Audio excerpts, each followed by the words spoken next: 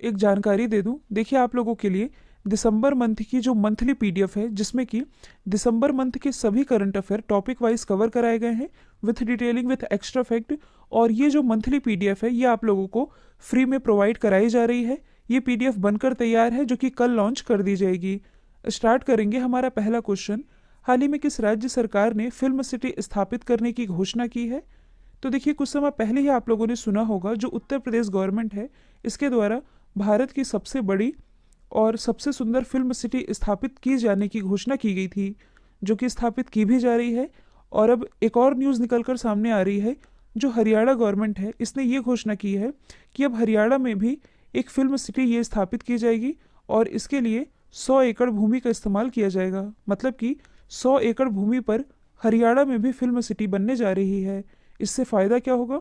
तो देखिए हरियाणा के जो स्थानीय कलाकार हैं, मतलब कि स्थानीय कलाकारों को और जो अन्य लोग हैं उन्हें भी रोजगार का मौका मिल सकेगा। क्योंकि अभी तक मुंबई के फिल्म सिटी के लोग चक्कर लगाते थे, तो उन्हें मतलब कि जो लोग भी इस फील्ड से रिलेटेड है उनके लिए कई सुनहरे मौके मिलने वाले हैं, क्योंकि उत्तर प्रदेश में भी फिल्म सिटी बन रही है और अब हरियाणा गवर्नमेंट ने भी घोषणा कर दी है। तो आप मैप में देख सकते हैं हरियाणा की लोकेशन। हरियाणा की राजधानी है चंडीगढ़। मुख्यमंत्री है मनोहर लाल खट्टर। राज्यपाल है सत्यदेव नारायण आर्य। लोकसभा सीटें आती है 10। राज्यसभा सीटों की संख्या है 5। कलेश्वर नेशनल पार्क और सुल्तानपुर नेशनल पार्क दोनों ही स्थित है हरियाणा में ही। यदि आप करंट से रिलेट करेंगे तो हाल ही में जो एनीमिया मुक्त भारत सूचकांक रिलीज किया गया था, इसमें टॉप पर रहा है हरियाणा। इसके अलावा हाल ही में हरियाणा के मुख्यमंत्री मनोहर लाल खट्टर जी के द्वारा गुड़गांव में बढ़ते एयर पॉल्यूशन से निपटने के लिए प्रोजेक्ट एयर केयर की भी शुरुआत की गई थी। हाल ही में किस केंद्रीय मंत्री ने प्रारंभ स्टार्टअप इंडिया इंटरनेशनल समिट का उद्घाटन किया है? तो इस स्टार्टअप समिट का उद्घाटन अभी हाल ही में किया गया है पीयूष गोयल जी के द्वारा। 2 दिवसीय ये समिट रहा है जिसका आयोजन अभी हाल ही में दिल्ली में किया गया। और इसका जो उद्घाटन है ये पीयूष गोयल जी ने किया। पीयूष गोयल जी जो कि प्रेजेंट टाइम में हमारे रेलवे और वाणिज्य उद्योग मंत्री हैं, इन्होंने उद्घाटन किया और इसके उद्घाटन समारोह में बिम्स्टेक कंट्रीज ने पार्टिसिपेट किया है। यदि हम बात करें इस समिट की, तो देखिए यह जो समिट है स्टार्टअप समिट, यह दुनिया भर के स्टार्टअप को बढ़ावा देने के लिए एक मंच प्रदान करेगा। और देखिए जो प्राइम मिनिस्टर नरेंद्र मोदी जी है, इनके द्वारा वर्ष 2016 में स्टार्टअप पहल की शुरुआत की गई थी और इसी की ये 5वीं वर्षगांठ थी। और इसी समिट का उद्घाटन किया गया है पीयूष गोयल जी के द्वारा, जो कि रेलवे मंत्री तो हैं ही, ये 44वें क्रम के रेलवे मंत्री हैं। पहले कौन थे? तो देखिए स्वतंत्र भारत के पहले रेल मंत्री ये थे जॉन मथाई। इसके अलावा जो पीयूष गोयल जी हैं, इन्हें 2019 में कनॉट पुरस्कार से भी सम्मानित। चल रहे शैक्षणिक सत्र, मतलब कि ये जो रनिंग शैक्षणिक सत्र है, इसमें मैट्रिक के छात्रों के लिए परीक्षा शुल्क यानी कि एग्जाम फीस माफ कर दिया है। तो छात्रों के हित में ऐसा फैसला किया गया है ओडिशा गवर्नमेंट के द्वारा। तो देखिए ओडिशा में 3 मई से मैट्रिक की परीक्षा शुरू होने वाली थी और इसमें जो परीक्षा फीस है ये प्रति स्टूडेंट 420 रुपये था, जिसमें कि बच्चों की परीक्षा शुल्क को माफ़ किया जा रहा है। तो सरकार इसके लिए 27 करोड़ रुपए खर्च करेगी, मतलब कि ओडिशा गवर्नमेंट इसका खर्चा उठाएगी, जिससे कि ओडिशा के 6 लाख से अधिक विद्यार्थी लाभान्वित हो सकेंगे। तो आप मैप में देख सकते हैं ओडिशा की लोकेशन। ओडिशा जो कि हर दूसरे तीसरे दिन न्यूज़ में रहता है अपनी योजनाओं के चलते। इसकी राजधानी है भुवनेश्वर। भुवनेश्वर में ही स्थित है कलिंगा स्टेडियम, लिंगराज मंदिर और नालको यानी कि नेशनल एल्यूमिनियम कंपनी लिमिटेड, इसका भी हेडक्वार्टर स्थित है भुवनेश्वर में ही। भुवनेश्वर ये आईएसओ सर्टिफिकेट प्राप्त करने वाला भारत का पहला शहर भी है। मुख्यमंत्री है नवीन पटनायक, जिन्हें कुछ समय पहले ही पेटा इंडिया के द्वारा हीरो टू एनिमल अवार्ड से नवाजा गया था। राज्यपाल है गणेशी लाल। मुख्य न्यायाधीश है S Muralidhar. 2 important national park है सिमलीपाल और भीतरकनिका। इसके अलावा जो हीराकुंड बांध है, जो कि भारत का सबसे लंबा बांध है, ये महानदी पर स्थित है और ये ओडिशा में ही स्थित है। अमृत रैंकिंग यानी कि Atal mission for rejuvenation urban transformation और शहरी प्रशासन सूचकांक, इन दोनों में ही टॉप पर रहा है ओडिशा। इसके अलावा हाल ही में ओडिशा गवर्नमेंट के द्वारा मो विद्युत पोर्टल ये भी लॉन्च किया गया। और यदि आप करंट से रिलेट करेंगे तो देखिए जो मेंस हॉकी वर्ल्ड कप है, जो कि होना है 2023 में, इसे होस्ट ओडिशा ही करेगा। ओडिशा में 2 स्थानों पर इसका आयोजन किया जाएगा, भुवनेश्वर के कलिंगा स्टेडियम में, दूसरा राउरकेला के बीजू पटनायक हॉकी स्टेडियम में इसका आयोजन किया जाएगा। हाल ही में स्कॉच चैलेंजर अवार्ड से किसे नवाजा गया है? तो देखिए लगातार दूसरी बार स्कॉच चैलेंज अवार्ड से नवाजे गए हैं अर्जुन मुंडा। अर्जुन मुंडा कौन है? तो ये जनजातीय मामलों के मंत्री हैं। इन्हें स्कॉच अवार्ड से नवाजा गया है, स्कॉच चैलेंजर अवार्ड से। और क्यों नवाजा गया है? तो ये जो अवार्ड है इन्हें ई गवर्नेंस में उत्कृष्ट कार्य के लिए प्रदान किया गया है। अब यदि हम ऑप्शन में लिखे अदर नामों को डिस्कस करें तो हाल ही में प्राइम मिनिस्टर नरेंद्र मोदी जी को आईजी नोबल चिकित्सा पुरस्कार से सम्मानित किया गया था। रमेश पोखरियाल जी जो कि प्रेजेंट टाइम में हमारे शिक्षा मंत्री हैं, इन्हें भी हाल ही में Vatayan life time achievement award से नवाजा गया था। जबकि जो वीके यादव हैं इन्हें अभी हाल ही में इंजीनियर अवार्ड 2020 से नवाजा गया है। तो ये सभी आप याद रखेंगे।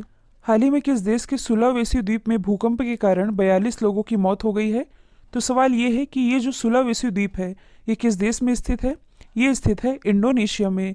तो इंडोनेशिया में, ये तो आप देख रहे हैं इंडोनेशिया, ये है सुलावेसी द्वीप।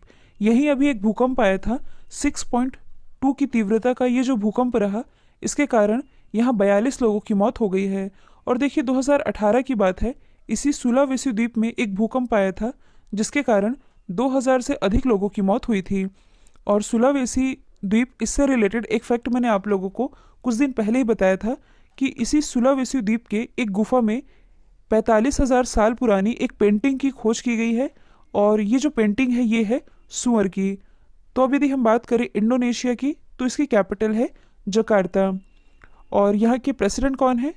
तो जोको विडोडो। ये इंडोनेशिया के दोबारा से राष्ट्रपति बनाए गए हैं। भारत और इंडोनेशिया के बीच एक एक्सरसाइज होती है, इसका नाम क्या है?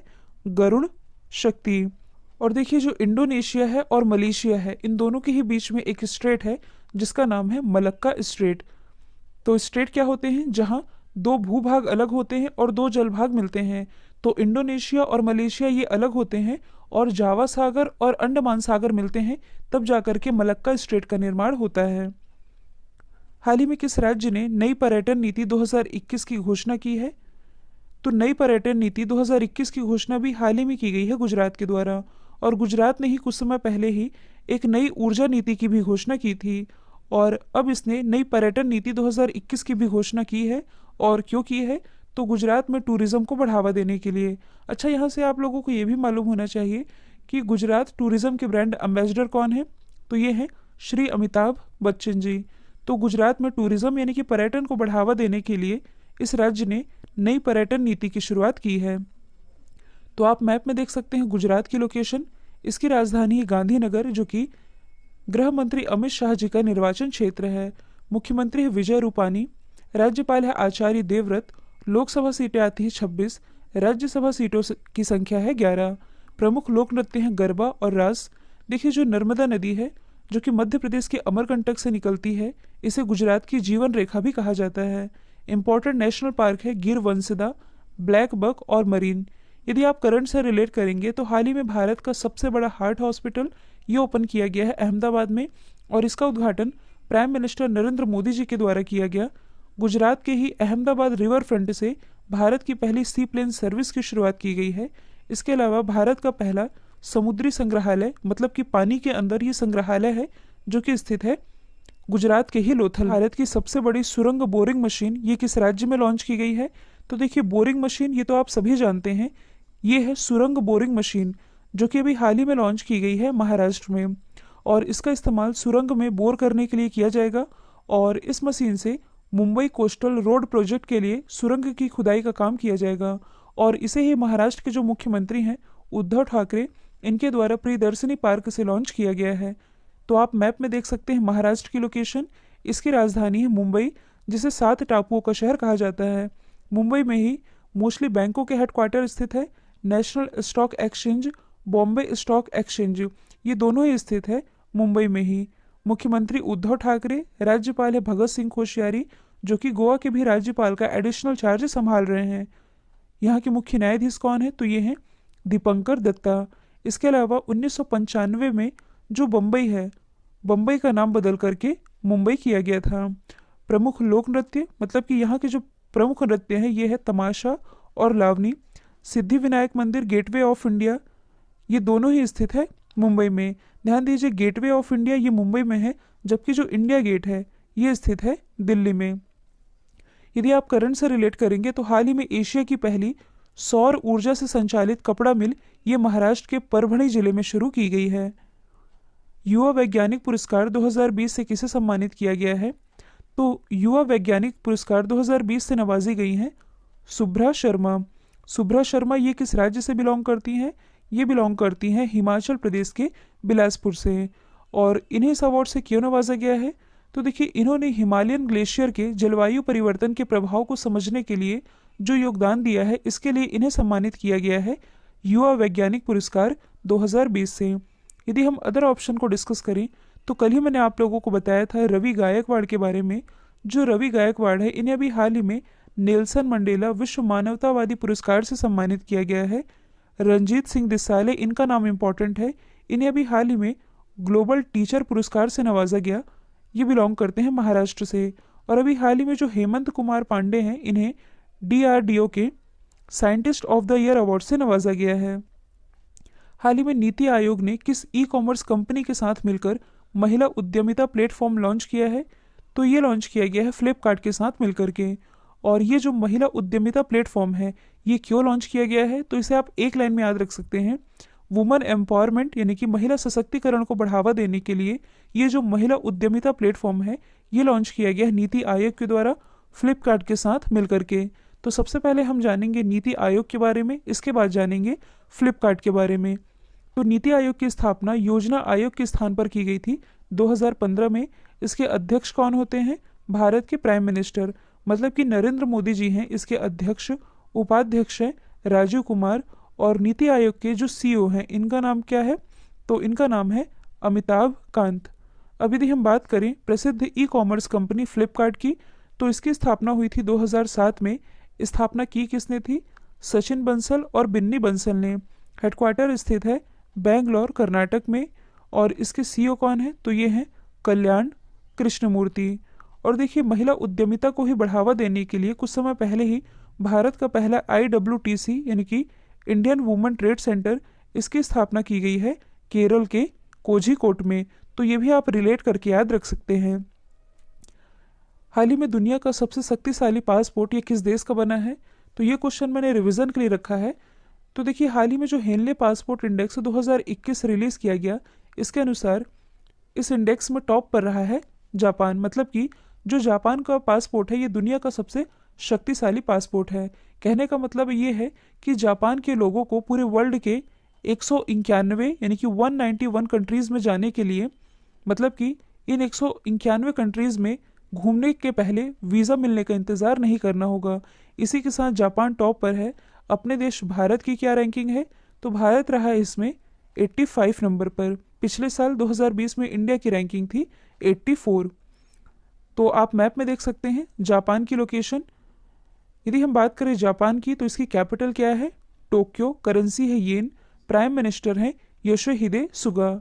अब मैं आप लोगों को जापान से ही रिलेटेड कुछ इंपॉर्टेंट फैक्ट बताती हूँ। जैसे कि जापान की जो स्पेस एजेंसी है, जिसका नाम है JAXA, तो JAXA अभी हाल ही में H3 नाम के एक रॉकेट को लॉन्च करने वाली है। और 2023 तक विश्व का पहला लकड़ी से बना सैटेलाइट ये जापान के द्वारा ही लॉन्च किया जाएगा। यहाँ बात की जा रही है इंडेक्स की, तो आप अदर ऑप्शन को रिलेट कर सकते हैं। हाल ही में जो ग्लोबल हंगर इंडेक्स रिलीज किया गया, मतलब कि जो वैश्विक भूख सूचकांक रिलीज किया गया, इसमें टॉप पर रहा है बेलारूस। अपने देश भारत की रैंकिंग रही है 94। हाल ही में जारी किए गए ह्यूमन डेवलपमेंट इंडेक्स में टॉप पर रहा है नॉर्वे। अपने देश भारत की रैंकिंग रही है 131। और अभी हाल ही में जो ह्यूमन फ्रीडम इंडेक्स रिलीज किया गया, ह्यूमन फ्रीडम इंडेक्स में टॉप पर रहा है न्यूजीलैंड। अपने देश भारत की रैंकिंग रही है 111 यानी कि 111। कल जो मैंने आप लोगों से सवाल पूछा था, इसका राइट आंसर था इंडोनेशिया। अब आप लोगों के लिए आज का सवाल है, हाल ही में दुनिया का सबसे ज़्यादा ट्रैफिक वाला शहर ये कौन बना है? तो इसका जो भी आंसर है कमेंट बॉक्स में बताइएगा। वीडियो यदि पसंद आया है तो वीडियो को लाइक कीजिए।